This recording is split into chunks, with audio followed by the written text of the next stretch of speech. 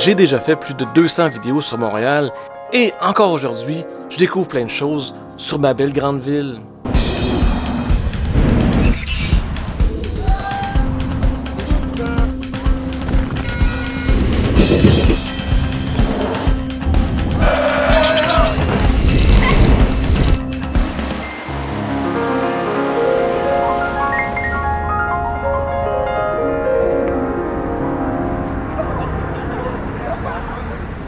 Bonjour, bienvenue à un tout nouveau Top 10 Montréal insolite. Je sais que le mot insolite peut paraître fort pour certains. Disons que les endroits qu'on va visiter aujourd'hui sont plutôt inusités, spéciaux et un peu secrets. En fait, tout ce qu'on ne trouve pas dans un guide ordinaire pour les touristes.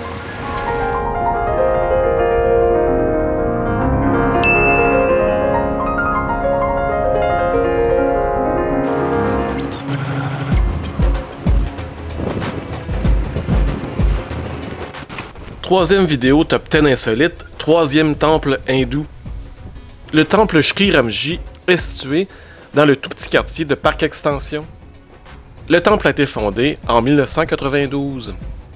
C'est une jolie construction qui se démarque dans le paysage, mais évidemment ce qui attire le plus notre attention, ce sont les deux statues d'éléphants à l'entrée. Comme vous le savez sûrement, l'éléphant est un animal sacré dans la religion hindoue. Il représente sur Terre le dieu le plus important de la religion, c'est-à-dire Ganesh.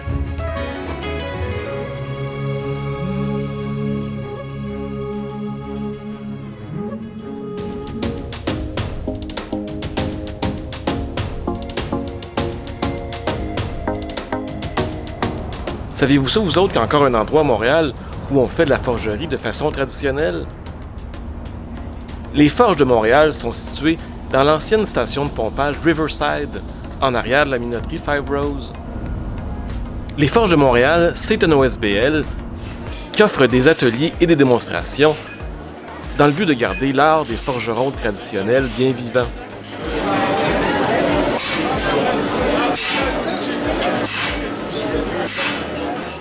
Je vous invite fortement à aller voir leur site web ou leur page Facebook pour connaître les dates de leurs prochains ateliers.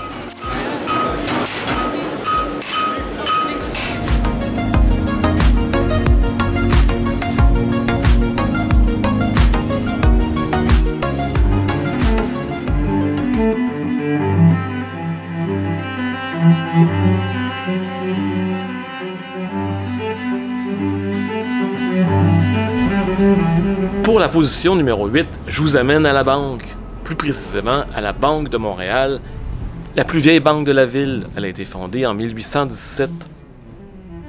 Le musée est tout petit, aussi grand qu'un garde-robe, mais il y a quand même plusieurs pièces intéressantes, comme des très vieux billets de banque. Le gros problème de ce musée, c'est qu'il est ouvert aux mêmes heures que la banque, c'est-à-dire du lundi au vendredi, de 10h à 16h. Mais la banque comme telle en vaut à elle seule la visite. La décoration est somptueuse et dénote la richesse de l'Institut.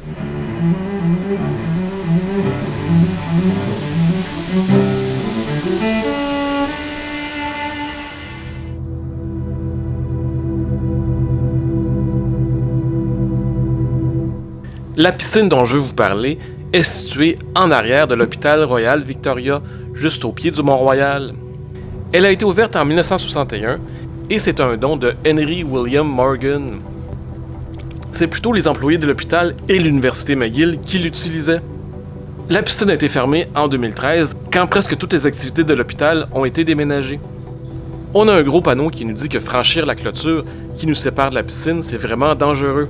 Évidemment, j'ai pas franchi cette clôture et le seul danger que j'ai eu venait de cette petite plante.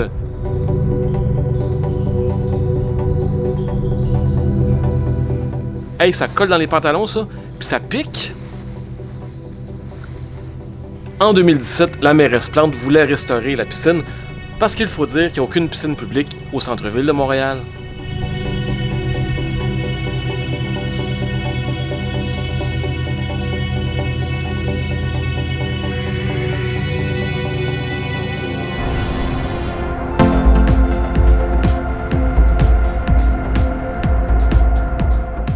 Je vous amène dans un autre OSBL qui est situé cette fois-ci dans une ancienne caserne dans Griffintown. L'espace vert est un endroit où on fabrique des objets en verre, en les soufflant et avec d'autres méthodes du genre.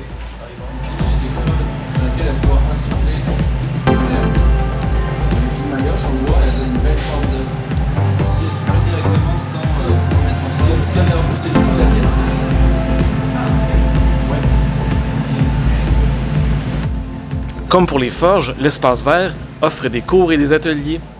Ils ont même une petite boutique où vous pouvez faire quelques achats. Je vais mettre l'adresse de leur site web dans la description de la vidéo. Allez voir ça.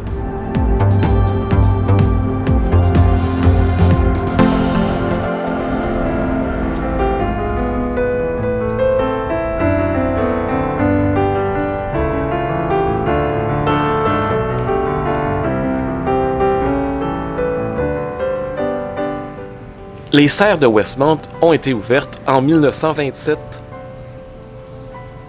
Elles sont situées tout à côté de la bibliothèque de Westmount. Elles ont été fermées pendant vraiment longtemps et ça a pris 6 ans de travaux pour pouvoir les réouvrir et ça a été fait l'année passée en 2021. En ce moment, seulement 2 parties des serres ont été restaurées, ce qu'on appelle le conservatoire et la serre de l'étang à la grenouille. Il va y avoir des travaux pour restaurer les autres parties des serres en 2023.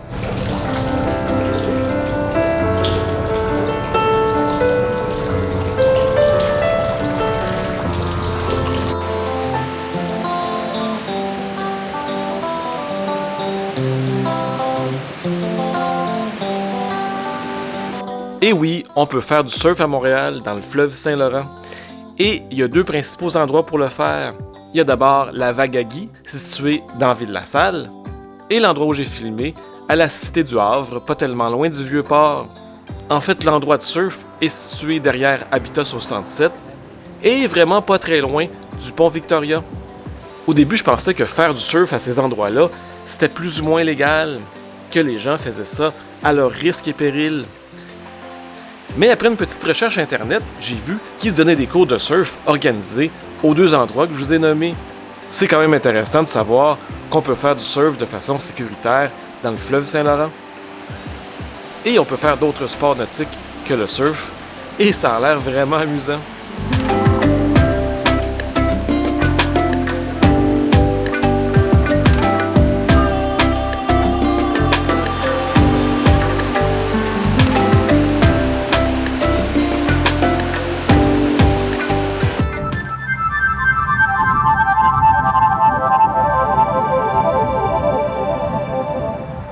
Vous allez me dire, Hugo, pourquoi tu nous amènes ici? Cet endroit, plutôt laid dans l'ouest de Montréal, est le témoin d'événements impressionnants, et ce, plusieurs fois par jour. Ben oui, on est ici à côté de l'aéroport Pierre-Éliott Trudeau. Et il y a beaucoup de gens qui se rassemblent ici pour assister à l'atterrissage de plusieurs avions différents qui proviennent de compagnies aériennes de toutes sortes. Voir les avions qui passent à quelques mètres au-dessus de nos têtes, pour moi, c'est vraiment très impressionnant.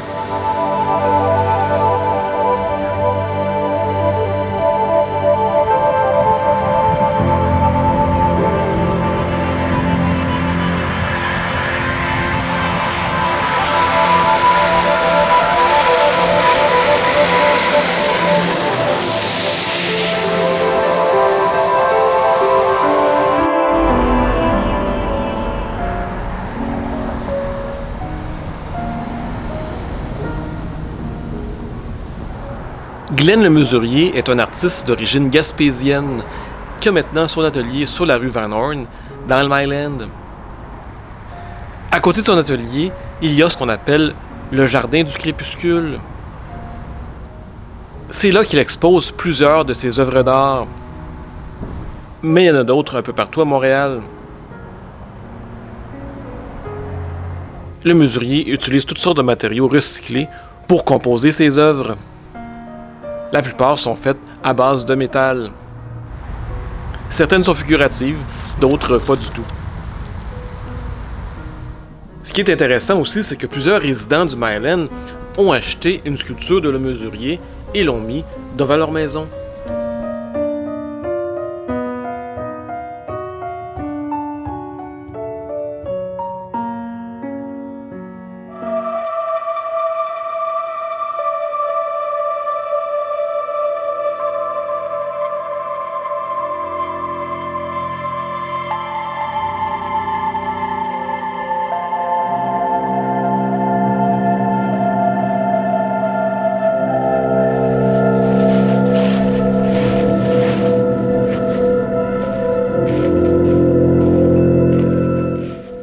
Pour mon numéro 1, je me dirige vers un endroit qu'on dit hanté.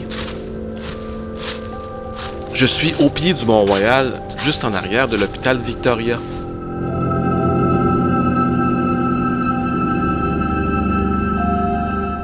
En haut d'une petite butte protégée par des murs et une clôture, il y a un monument.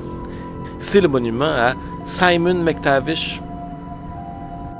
McTavish était un riche marchand écossais. Il a surtout fait fortune dans le domaine de la fourrure, autant aux États-Unis qu'au Canada. Comme tous les marchands riches de son époque, il a voulu se faire construire une maison sur les flancs du Mont-Royal. Malheureusement, pendant sa construction, il a eu une pneumonie et il en est mort. Au début, je croyais que les murs qu'il y avait autour du monument étaient les murs de sa maison inachevée. En fait, ce sont les murs d'un mausolée que les neveux de McTavish ont construit juste après sa mort. Il y avait même un obélisque dans ce mausolée. Le mausolée a été détruit en partie en 1942 et on l'a remplacé par le monument qu'on connaît aujourd'hui. On dit donc que ces lieux sont hantés par le fantôme de Simon McTavish. On l'aurait même vu, en hiver, descendre le flanc de la montagne dans son cercueil comme si c'était un toboggan.